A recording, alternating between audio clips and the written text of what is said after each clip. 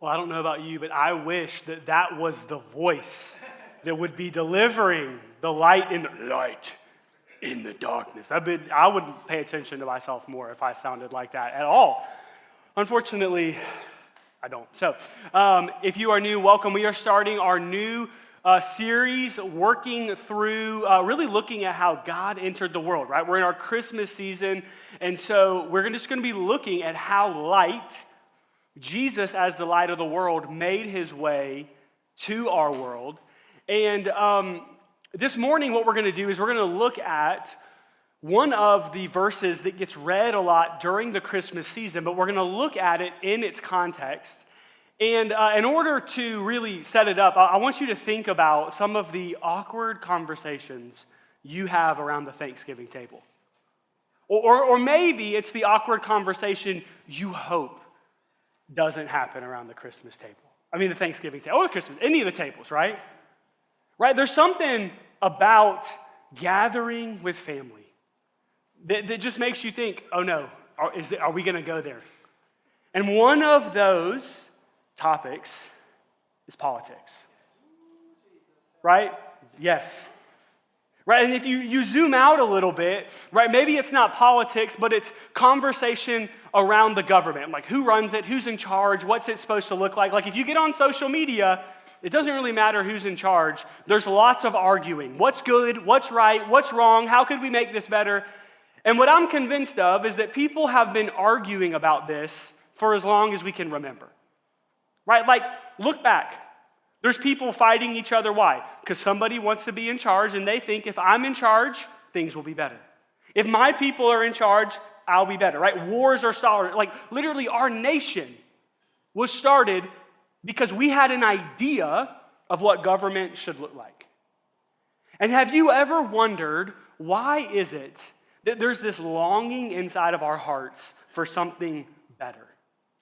Like you look at any option for government, and it does not matter who's in charge, there's this thing in us that says this can be better. Right? Like even if you think that what we have is the best version of what government can be, we all know it can be better. Why? Because we are a government of the people, by the people, for the people. And that's great until you remember that those people are broken and that they are flawed. And I think the reason that there is this thing inside of us that longs for a perfect kingdom ruled by a perfect king is I think God put it in our hearts. And I think it's one of the reasons that we read Isaiah 9, 6, and 7 at Christmas so often. We don't read this verse except for during the Christmas season, but I want to read it for you. It says this: "For a child is born to us, a son is given to us," and look at this, "the government will rest on his shoulders. And he will be called Wonderful Counselor, Mighty God, Everlasting Father, Prince of Peace. His government and its peace will never end. He will rule with fairness and justice from the throne of his ancestor David for all eternity. The passionate commitment of the Lord of Heaven's army will make this happen." Right? Like we read these verses and we're like, man, I want to be under that kind of a ruler. A wonderful counselor, a mighty God, a prince of peace, a government of justice, a kingdom of peace, a ruler who won't fail. Like there's a reason that we read these during the Christmas season, and it creates this longing for something more in our hearts. Right? Like we look at the world today and we're like, man, if only he could come and rule and reign now. And here's the thing, when you take these verses in its context, I would argue that the people who Isaiah is speaking this to are in a more hopeless and helpless situation. Because if you rewind 2 chapters back into chapter 7, what you see is that Assyria, who is the great power of the day, they are looming over Israel. And God comes to the king, his name was King Ahaz, and he says, hey, if you will trust me, I will deliver you. And what Ahaz decides to do is not to trust in the Lord, he decides to trust in himself. He makes some alliances. He tries to solve the problem by his own power, and it blows up in his face. And God's response in chapter 7, verse 14, it says this, all right then, which is a little bit kind of like snarky. All right then, the Lord himself will give you a sign. Look, the virgin will conceive a child. She will give birth to a son and call him Emmanuel, which means God with us. Notice this.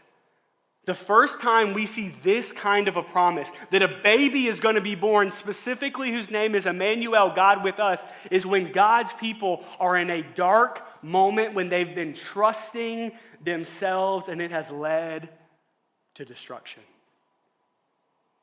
And so what Ahaz does is he doubles down and he keeps leading the people into darkness. If you flip into chapter 8, what you find is honestly very bleak and depressing.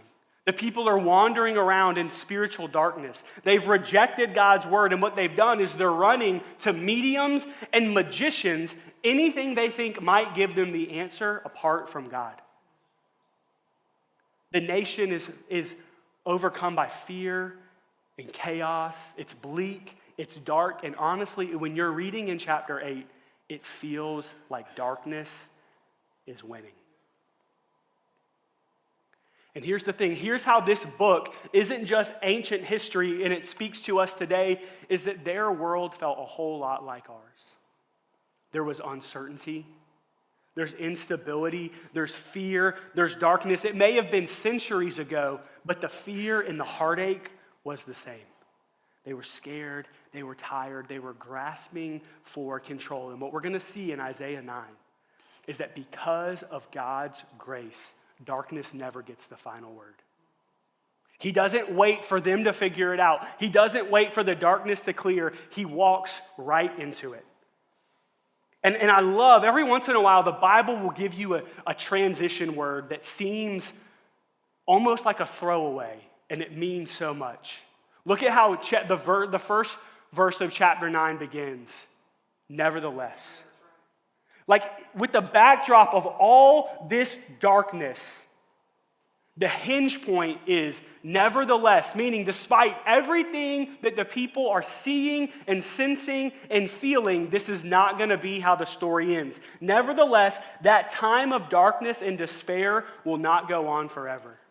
Hey, for some of us, that's the encouraging word we need for today. Is that the time of darkness and despair that you're feeling, it's not going to last forever.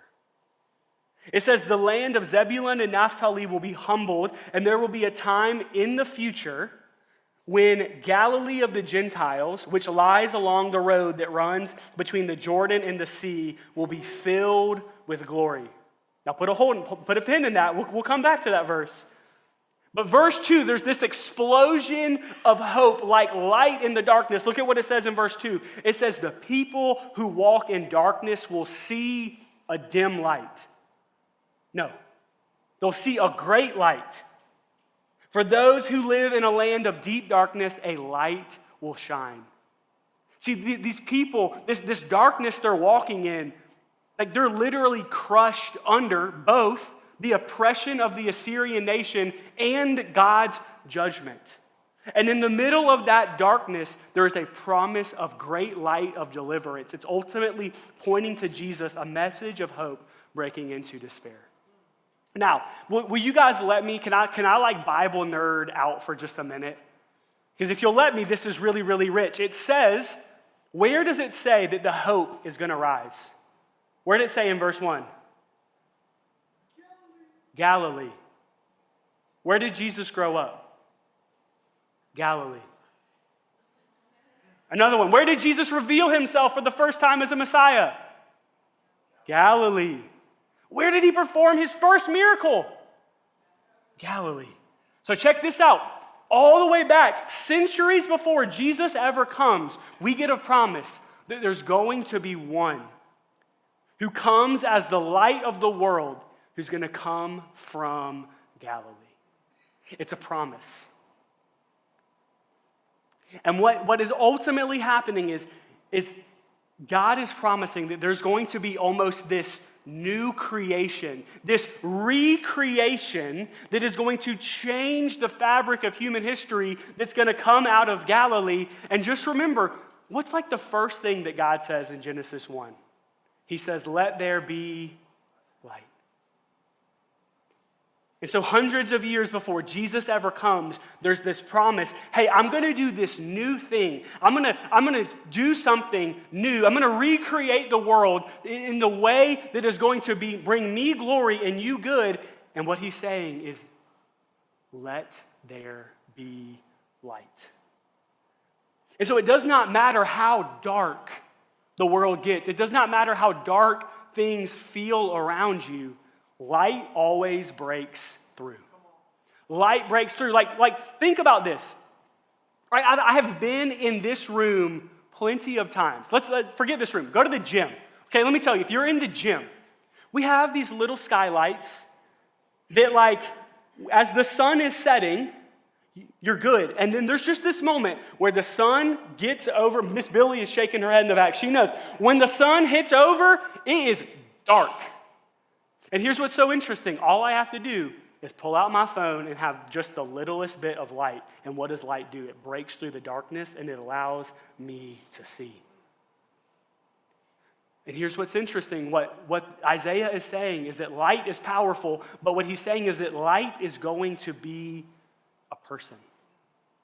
That God sees his people crushed in darkness, and he moves towards them. He takes the initiative. They have already tried to figure it out themselves, to do things on their own, and it's blown up in their face.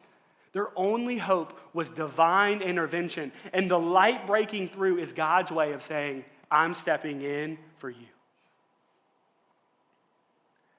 And I think one of the reasons that this can speak to us today is some of you and some of us have walked in carrying heavy things. Some of us have walked in feeling like you're in a moment of darkness and you wonder if anybody else notices. You wonder if anybody else recognizes the burden that you carry, and deep down what your soul is asking is, does God see me? Does God notice me? And what Isaiah 9 whispers back to us is he sees, he cares, and he is moved towards you because he loves you. The God who moved towards Israel in this moment is the same God who sent Jesus to move towards us. And he didn't wait on them to get it figured out. And so the reality is that we still live in a world that is darkened by sin's brokenness. And just like Israel, we can be tempted to look for help in other places. Like some of us were tempted, like Ahaz, to trust our own plans or our intellect or our ability or our strategies. Right? Some of us, like Israel, are turning to other things and anything other than God, other things that seem kind of spiritual, that appear to give us the insight we need, but ultimately will lead us further into darkness. And so the question becomes, where are we going to turn for help? Are we going to turn to our own strength? Are we going to turn to the world's spirituality, or are we going to turn to the God who comes towards us with a great light? Light breaks through. And here's the thing. When the light breaks through, the darkness doesn't have a chance. Look at how he describes what the light does in the next couple verses. He said, starting in verse 3, he says, "You will enlarge the nation of Israel, and its people will rejoice. They will rejoice before you as people rejoice at the harvest and like warriors dividing the plunder." Right? So here's the deal, guys. Like, I don't think anyone in here is a farmer. Right? And typically, like when wars get fought, they get fought somewhere else, right? So we don't have a picture of how much celebration. Like when the harvest comes, man, they're celebrating. It's loud. And then what they're envisioning is like the army has just won and they're come back through and everybody has gathered and they are clapping and cheering. And he's saying it's a time when blessing is unmissable and victory is unmistakable. That's what it's going to be like as light drives back darkness. He says in verse 4, "For you will break the yoke of their slavery and lift a heavy burden from their shoulders. You will break the oppressor's rod just as you did when you destroyed the army of Midian." Right, so right here, Assyria is looming. They're either currently under attack or they're about to be under attack. And what Isaiah is doing is he's pointing back to another time in Israel's history when they were overpowered and outnumbered, and God delivered them. And then what he does in verse 5, this is poetic. Look at this. He says, "The boots of the warrior and the uniforms bloodstained by war will all be burned. They will be fuel for the fire." Now, at first I'm like, is that a good thing or a bad thing? Okay, here's what he's saying. He's saying that the victory is going to be so complete that there will be no need any longer for the things of war. Right? The boots that they wore, the uniforms that they would wear, they're better off being kindling for the fire because the victory that this light is going to bring is going to render war obsolete. That is the kind of victory that the light brings. And so what this doesn't give us a picture of is light just kind of gently dawning. No. It's light that defeats. And so light defeats the darkness. The light of Jesus always conquers the darkness.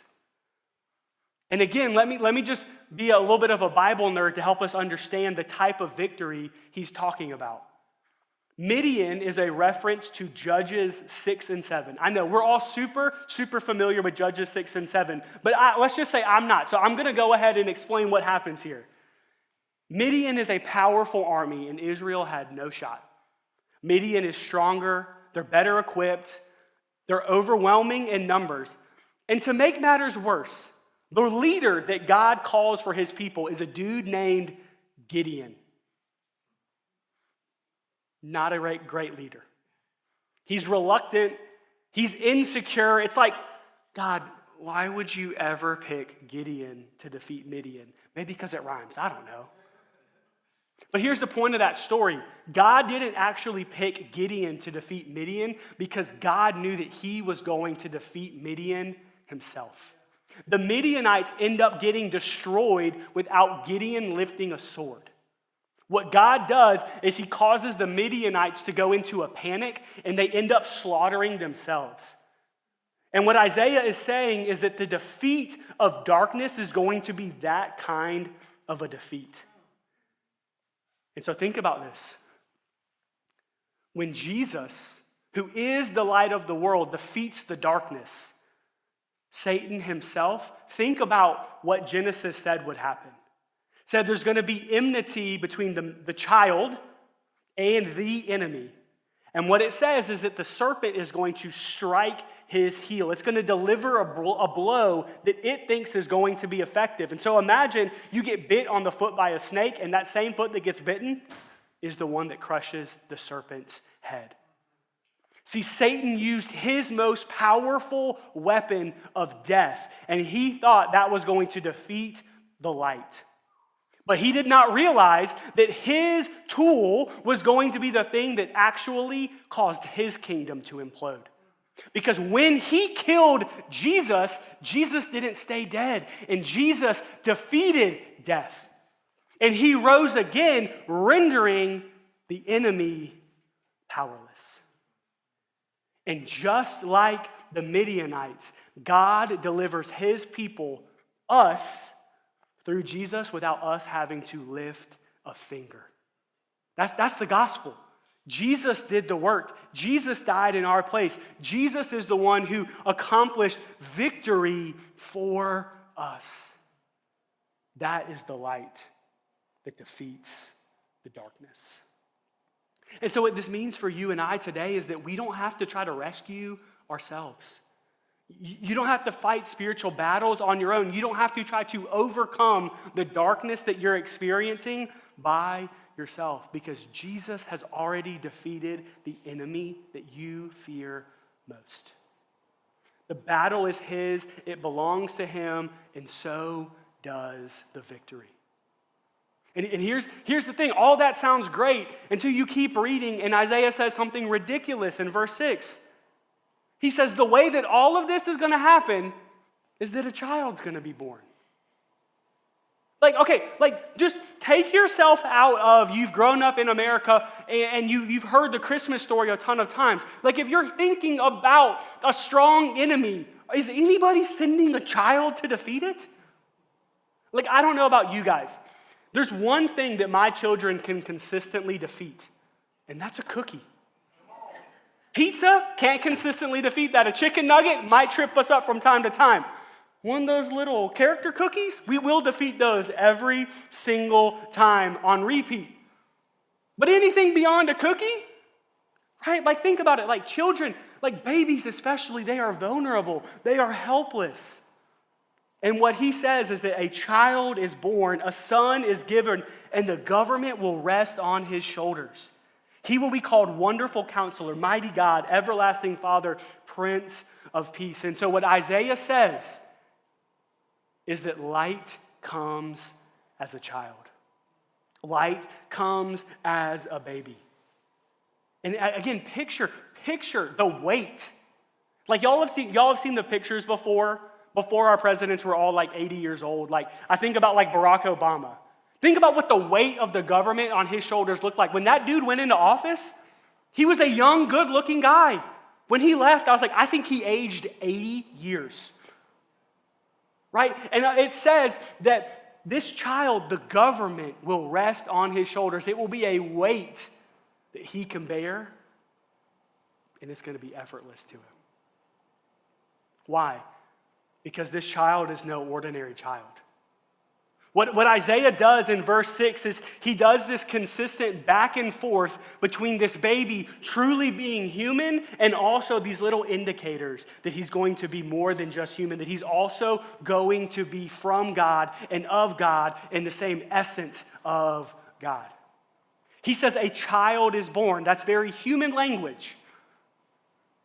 But then he says a son is given.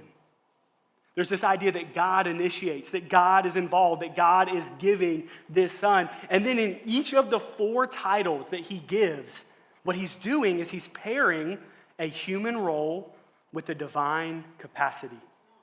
And so I just want to walk through these because I think these can be wildly encouraging for us. He calls him a wonderful counselor.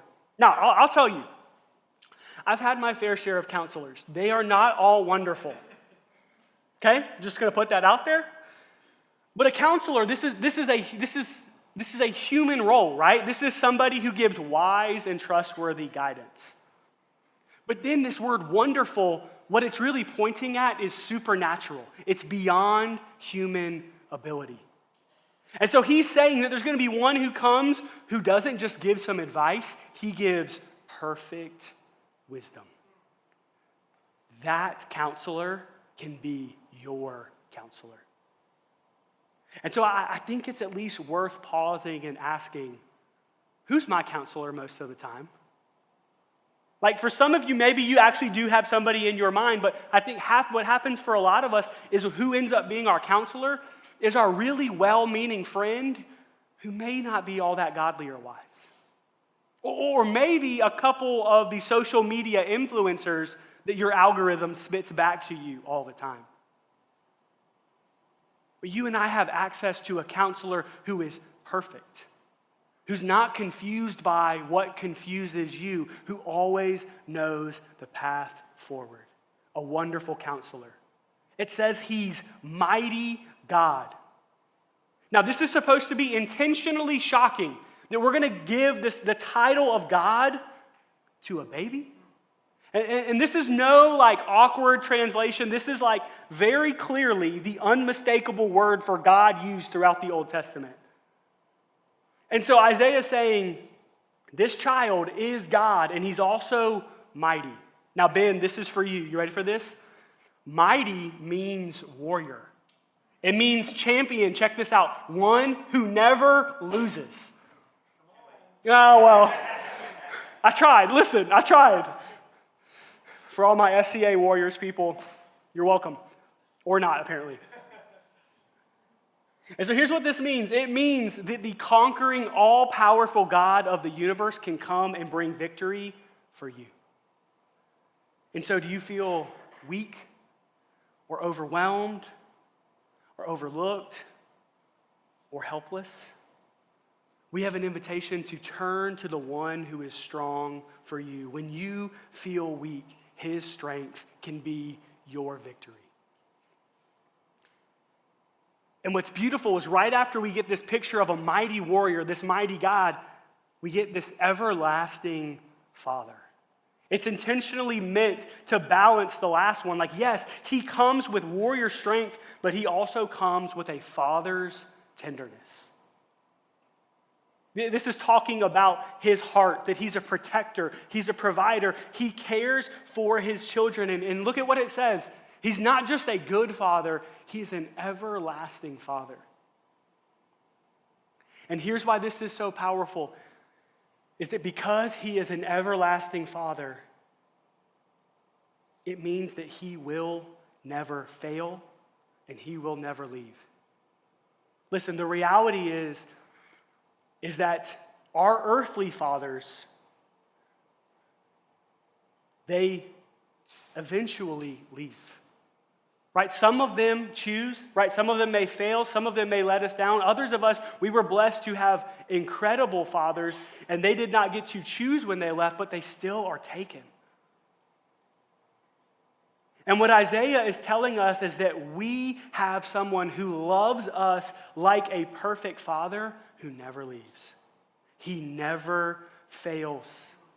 He never stops caring for us.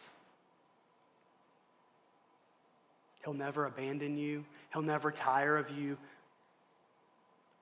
A perfect, everlasting Father. And then the last title he gives him is a Prince of Peace.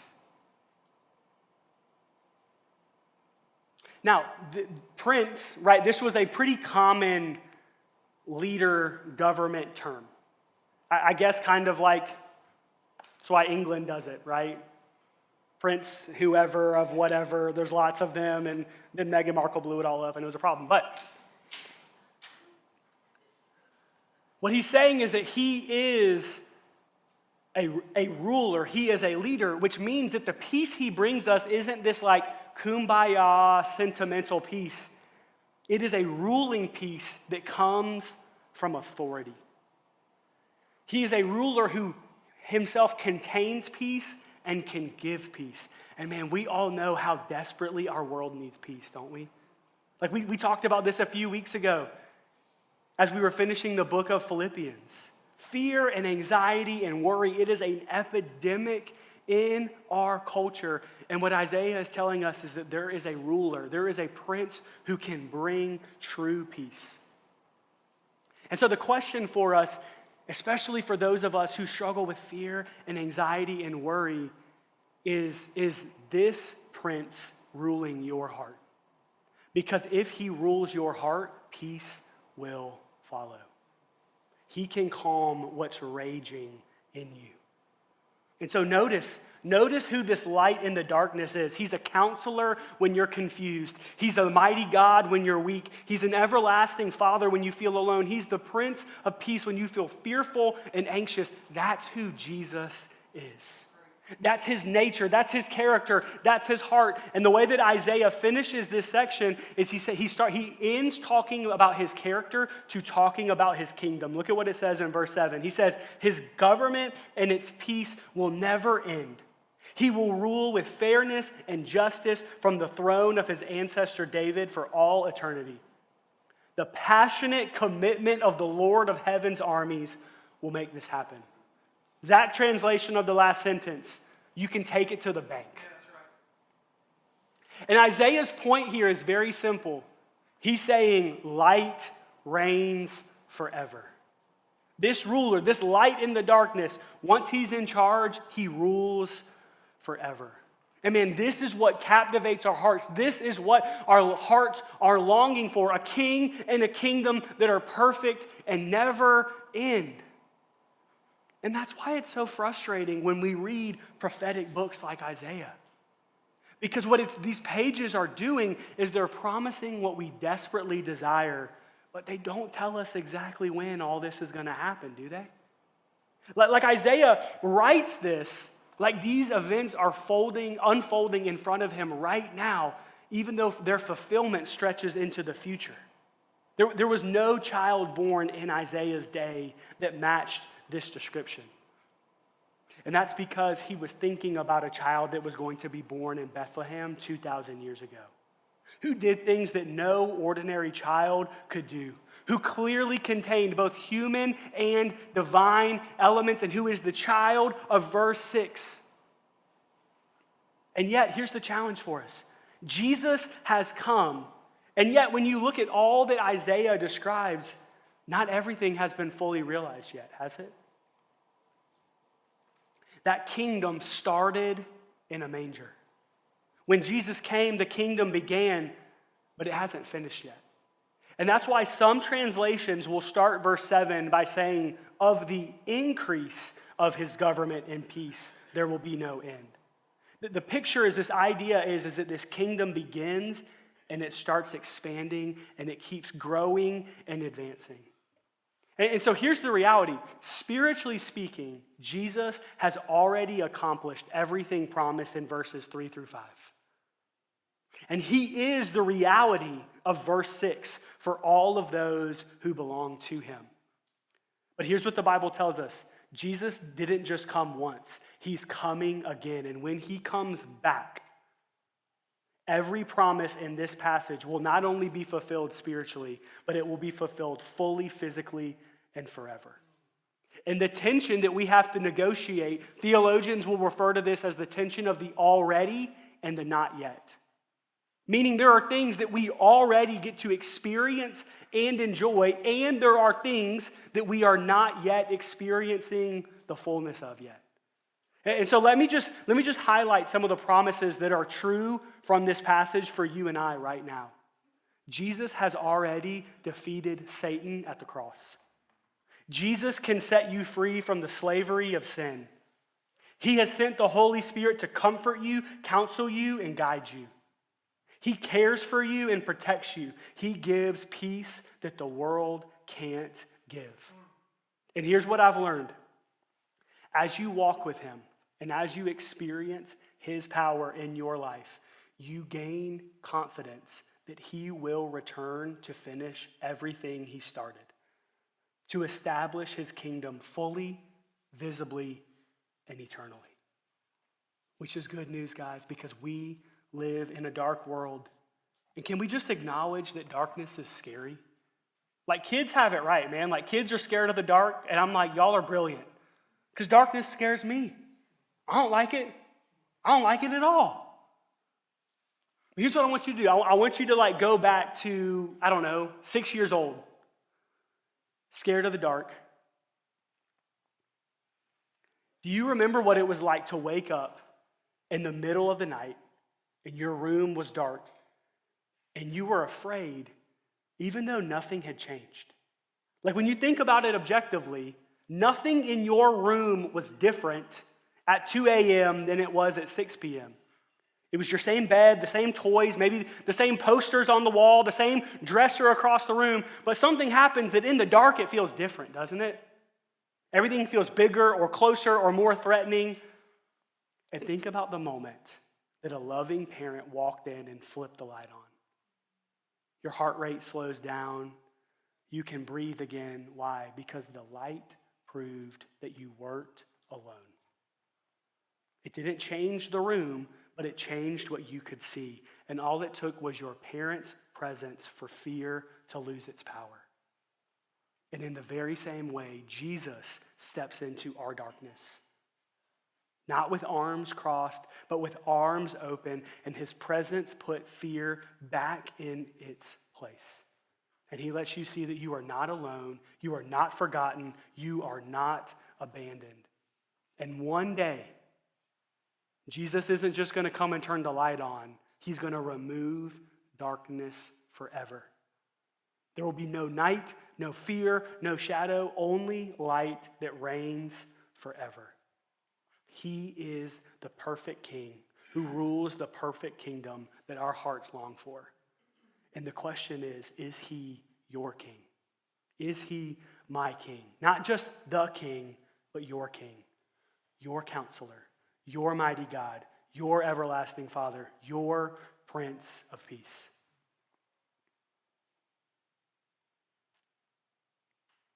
And so if you've never trusted this King, if you've never repented of your sin and turned to him, let today be the day you step out of darkness. For those who you do belong to Jesus, I want to encourage you, don't just rush past these names that we see at Christmas. And no, I want you to linger and let them move your heart. Let them lead you to worship him as he is.